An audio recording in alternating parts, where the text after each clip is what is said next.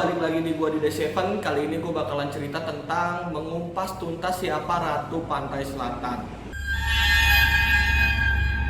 Legenda atau mitos masyarakat yang banyak dikenal atau penguasa Pantai Selatan adalah Nyi Roro Kidul dan Kanjeng Ratu Kidul. Ternyata mereka berdua adalah sosok yang berbeda dan memang mempunyai kepercayaan ceritanya masing-masing. Dalam mitologi Jawa, Kanjeng Ratu Kidul merupakan ciptaan dari Dewa Keping Telu yang memiliki pembantu setia bernama Nyi Roro Kidul. Sedangkan Nyi Roro Kidul merupakan putri kerajaan Sunda yang diusir ayahnya karena ulah ibu tirinya dan meninggal di Pantai Selatan. Kanjeng Ratu Kidul adalah sosok yang dipercayai memiliki roh suci yang mempunyai sifat mulia dan baik hati. Pada umumnya, dia menampakkan diri hanya untuk memberi isyarat atau peringatan yang akan datangnya suatu kejadian penting. Artinya, Kanjeng Ratu Kidul ini bukanlah sosok makhluk halus yang merusak kehidupan, tetapi membantu kehidupan manusia dan dunia makhluk halus. Dalam mitologi Jawa, Kanjeng Ratu merupakan ciptaan dari Dewa Keping Telu. Jadi dia ciptaan dari dewa dari dewa. Ia mengisi alam kehidupan sebagai Dewi Padi, Dewi Sri, dewi-dewi alam yang lainnya. Jadi artinya dia itu dewi dari segala dewi di Indonesia. Dan Kanjeng Ratu Kidul memiliki kuasa atas ombak keras Samudra Hindia dari istananya yang terletak di jantung samudra. Jadi dia punya kuasa untuk menggerakkan samudra dan tsunami-tsunami ya. Menurut kepercayaan Jawa, ia merupakan pasangan spiritual para sultan dari Mataram dan Yogyakarta, dimulai dari Panembahan, Senapati hingga sekarang. Ia juga menjadi istri spiritual Susuhunan Surakarta. Kedudukannya berhubungan dengan Merapi Keraton Laut Selatan yang berpusat di Kesultanan Solo dan Yogyakarta. Bahkan, yang seru banget nih, dari penelusuran tim energi bangsa.id diketahui Presiden Soekarno pernah melakukan pernikahan atau perkawinan secara gaib dengan sang ratu. Presiden pertama Indonesia ini pada beberapa kesempatan kenegaraannya berpidato diawali dengan sambutan cerita tentang sosok sang ratu cantik itu. Sang ratu dari lautan selatan, ratu dari samudra yang dulu bernama Samudra Hindia, tetapi kemudian kita rubah dengan nama Samudra Indonesia, saudara-saudara. Itu kata Soekarno di Istana Merdeka, Jakarta saat melantik R.E. Marta Dinata sebagai Kepala Staf Angkatan Laut Indonesia 17 Juli 1959. Ia melanjutkan kembali kisahnya bahwa sejak zaman lampau, apalagi sejak zaman Mataram Islam, ada tradisi yang mengatakan bahwa raja hanyalah bisa menjadi raja besar yang kuat, pimpinan hanyalah bisa menjadi pimpinan yang kuat jikalau beristrikan Ratu Pantai Selatan. Sang proklamator ini kembali membuka sambutan dengan menceritakan sosok Ratu Laut Selatan ketika Musyawarah Nasional Maritim 23 September 1963. Kata Bung Karno kala itu, jadi Bung Karno juga ikut-ikutan ya. Kan Bung Karno bilang kayak gini. Kata Bung Karno kala itu, terserah mau percaya atau tidak, itu bukan soal kami, tetapi nyata bahwa ini berisi satu simbol. Kepercayaan ini berisi satu simbolik bahwa tidak bisa seorang raja, bahwa tidak bisa sesuatu negara di Indonesia ini menjadi kuat jikalau tidak dia punya raja kawin beristri Ratu Pantai Selatan. Simbolok itu disambung, dia berarti bahwa negara Indonesia hanyalah bisa menjadi kuat jikalau ia juga menguasai lautan. Jadi Indonesia bakalan kuat kalau dia berkolaborasi dengan lautan ya, karena Indonesia itu terbagi dari banyaknya lautan. Simbolik itu juga mengatakan jikalau negara di Indonesia ingin menjadi kuat sentosa, atau sejahtera, maka dia harus kawin juga dengan laut, bahwa bangsa Indonesia tidak bisa menjadi bangsa kuat, tidak bisa menjadi negara kuat jika tidak menguasai samudra. Jikalau tidak, kembali menjadi bangsa maritime tanda Soekarno. Jadi maksudnya kalau kita mau jadi negara yang maju, kita juga harus kolaborasi dengan samudra-samudra ya, raja-raja lautan. Lalu pada tahun 1960 dibangun Istana Presiden Republik Indonesia di kawasan itu. Jadi istana pertama itu malah ada di persis di bibir pantai Citepus, namanya Pesanggerahan Tenjo Resmi. Di sampingnya di samping Istana Presiden dibangun pula Samudra Beach Hotel dengan anggaran 660 miliar dari dana pampasan perang Jepang. Jadi dia membangun sebuah hotel mewah dengan pampasan dari perang Jepang. Hotel ini pun kedepannya melarikan segudang cerita yang bertalian dengan Ratu Pantai Selatan ya, yang berkaitan dengan Pantai Ratu Selatan, di mana diantaranya sebagai gerbang kerajaan Sang Ratu dan tempat pertemuan antara Soekarno dengan Nyi Roro Kidul di kamar 308. Jadi dipercaya di dalam hotel itu ada sebuah kamar 308, itu dipercaya itu gerbangnya Nyi Roro Kidul untuk bertemu dengan tokoh Republik Indonesia ya, Presiden nomor 1 Indonesia. Pernikahan antara Soekarno dan Nyi Roro Kidul juga tertulis dalam buku Dunia Batin.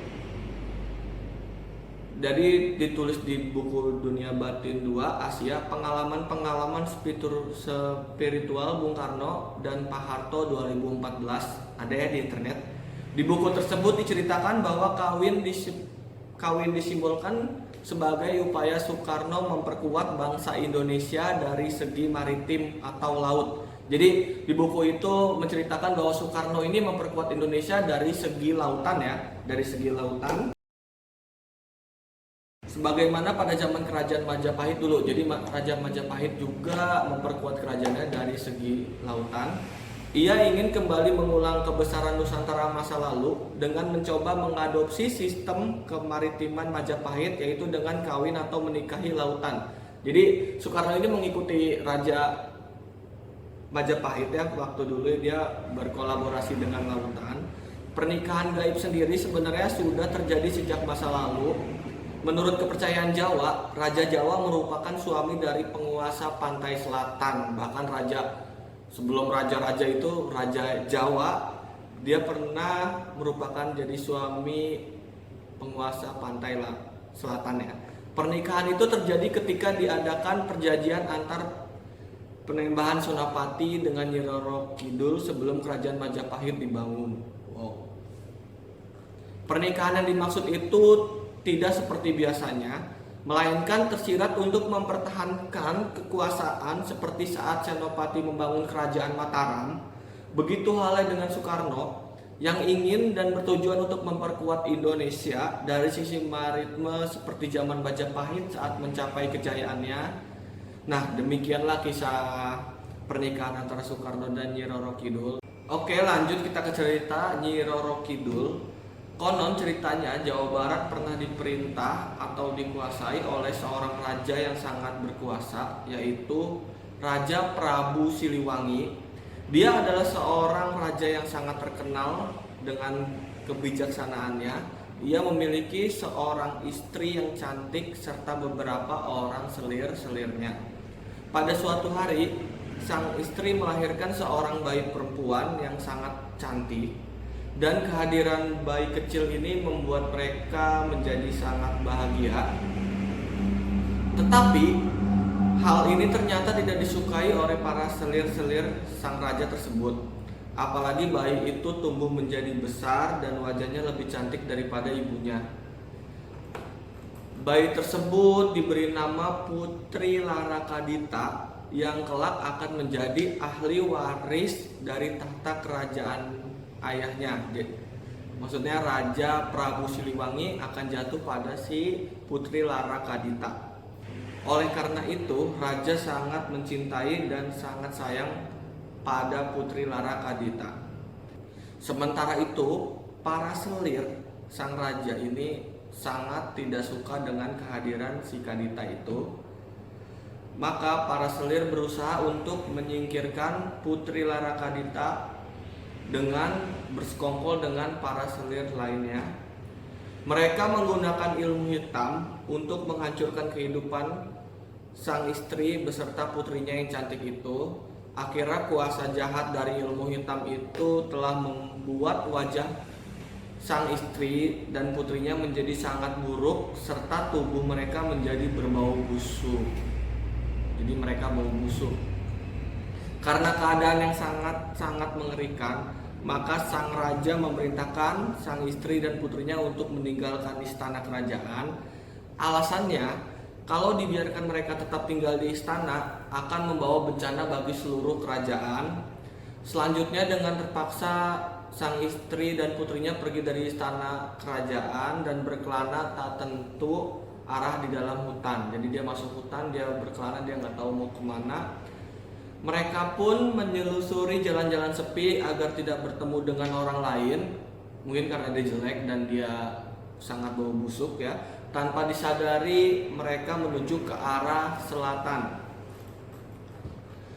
Penderitaan mereka sangat berat dan tak tertahankan. Sampai sekarang sang istri meninggalkan dunia dalam perjalanan pengembaranya. Jadi ibunya si Kadita atau istri sang raja Siliwangi ini meninggal pas saat lagi di hutan, yang lagi keluar, pokoknya tersesat saat kabur. Jadi tinggallah si Putri Larakadita seorang diri. Dalam keadaan putus asa, ia terus mengembara dan mengalami banyak penderitaan tanpa seorang pun yang menghiburnya. Pada suatu hari, karena terlalu lapar dan lelah, ia jatuh pingsan. Ketika sadar kembali, ia mendengar suara deburan ombak dari arah selatan. Suara ini membangkitkan semangatnya untuk kembali melanjutkan perjalanannya yang nggak tahu mau kemana. Lalu ia berjalan terus ke arah suara tersebut. Suara ini membangkitkan semangatnya untuk kembali melanjutkan perjalanannya. Lalu ia berjalan terus ke arah suara tersebut dan mendapati suatu pemandangan yang sangat indah. Ternyata pemandangan yang sangat indah itu adalah suatu lautan yang sangat luas ya, dengan ombak-ombak besar yang menerjang batu karang di pantai. Disitulah Putri Larakadita beristirahat di salah satu batu karang tersebut. Kini jadi salah satu tempat wisata yang terkenal. Pada saat dia duduk di atas batu karang itu, ia lalu pun tertidur dan dia bermimpi. Dalam mimpinya, Putri mendapat petunjuk bahwa keadaan dan kecantikannya dapat dipulihkan bila ia membersihkan dirinya dengan melompat ke laut dan menenggelamkan diri ya, jadi bunuh diri ya. Dia lompat dari batu itu ke dalam laut dan menenggelamkan diri. Setelah terjaga, ia pun berdiri di pinggir batu karang dan melompat ke dalam laut. Ternyata tubuh putihnya dan wajahnya pun menjadi cantik kembali. Jadi habis dia lompat, dia cantik lagi, dia wangi lagi. Pokoknya dia seperti sedia kala ya. Sejak saat itulah ia menjadi ratu di laut tersebut dan memerintah bagian selatan Pulau Jawa. Jadi dia punya kedudukan, dia jadi seorang ratu. Rupanya sejak saat itu pula ia bergelar Nyi Roro Kidul, yakni Ratu Laut Selatan.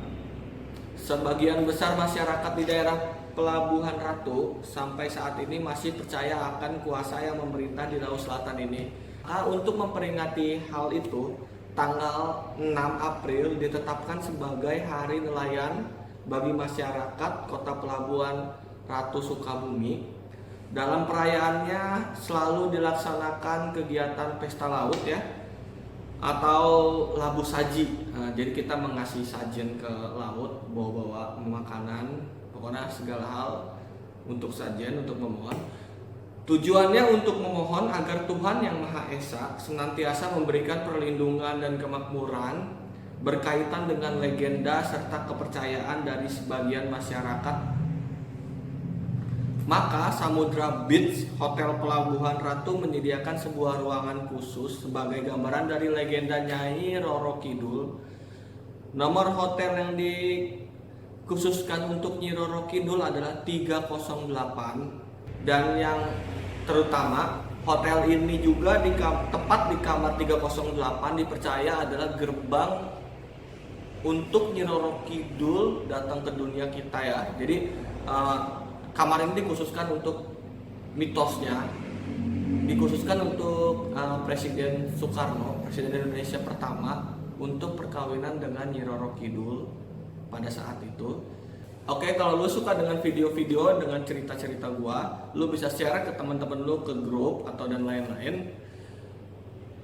Dan jangan lupa kalau misalkan lu kurang suka dengan video gua, lu kritik di kolom komentar. Oke, see you next video.